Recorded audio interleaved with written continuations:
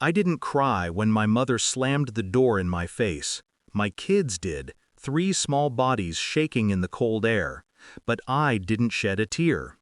Grief requires surprise, and nothing that happened in that house surprised me anymore. The only real shock was how easily they slipped back into the roles they'd trained me for.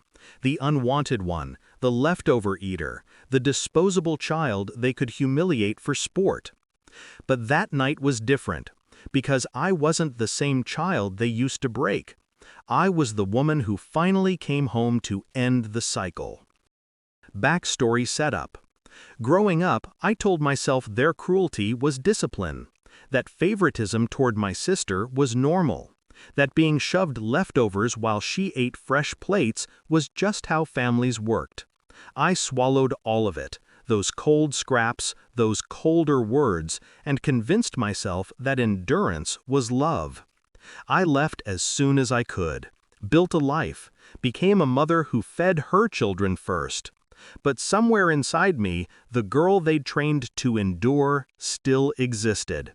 Until tonight, when she finally died at their doorstep. Discovery of betrayal.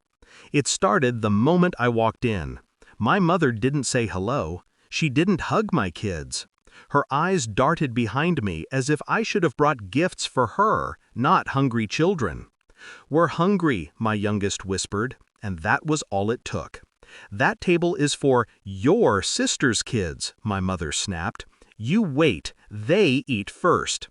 My kids stared at the steaming plates, chicken, rice, warm naan, fresh salad, food they hadn't had since breakfast. My mother pointed at the storage room. "Sit there and wait for their leftovers." My sister smirked. "Get used to it, just like old times." Laughter erupted around me, familiar, acidic, a ritual. I kept my voice soft. "This is cruel. They're children." My mother leaned in, her breath hot with authority. "You're speaking too much." Then she grabbed my arm, gripped my son's wrist, pushed us toward the door, and shoved us out. The lock clicked. A period at the end of a sentence that took years to write. Shift in mindset.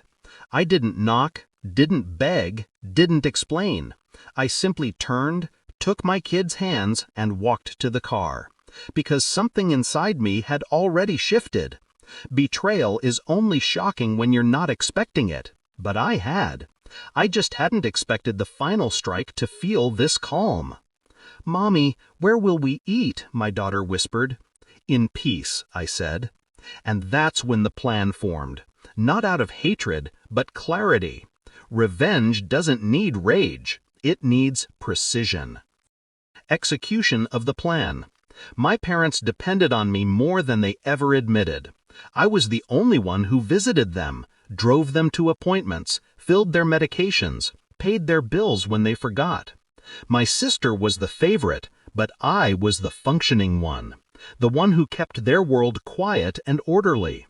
And they didn't realize I was their last thread. So on the drive back, while my kids sniffled in the back seat, I made the calls. I canceled the automatic grocery deliveries tied to my account.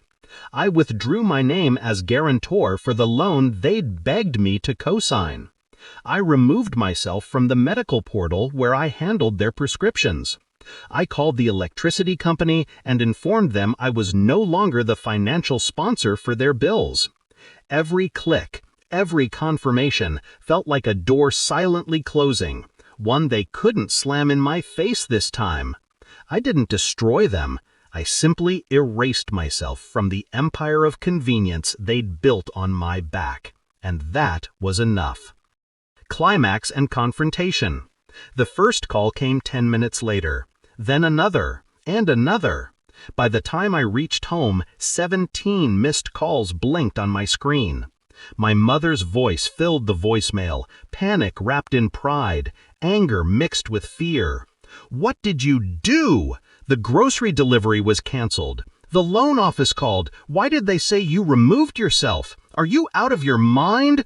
Call me back right now." Then my sister's voice, sharper, cracking. Fix this! Do you hear me? Fix this! They sounded like two people watching the ground crumble beneath them, realizing the one they kicked out was the only one holding them up. I didn't answer. Not that night, not the next morning, not the day after. Let them sit with their own echoes for once.